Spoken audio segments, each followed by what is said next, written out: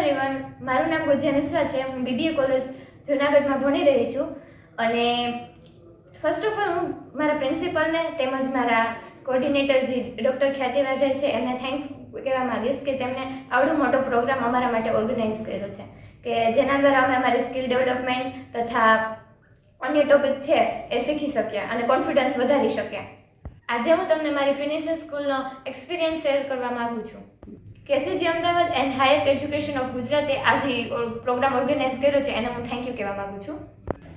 આ ફિનિશિંગ સ્કૂલનો પ્રોગ્રામ છે એ કેસીજી અમદાવાદ અને ગવર્મેન્ટ એજ્યુકેશન હાયર એજ્યુકેશન જે ઓર્ગેનાઇઝ કર્યો છે એના માટે હું તમને એક્સપિરિયન્સ શેર કરું છું.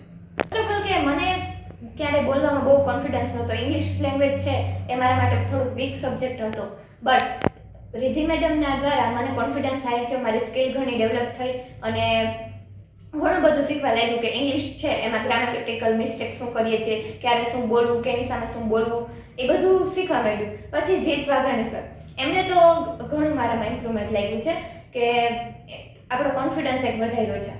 ફર્સ્ટ ઓફ ઓલ એનું ઓબ્ઝર્વેશન સ્કિલ વધારી છે અને એક્ટિવિટી ઘણી જુદી જુદી એક્ટિવિટી દ્વારા આપણે ઘણું શીખવા માંગ્યા છે. દરમિયાન મેં રિધિ મેમ પાસે communication skills, spoken English, grammatical topics and communication skill વિશે વધારે શીખ્યું છે.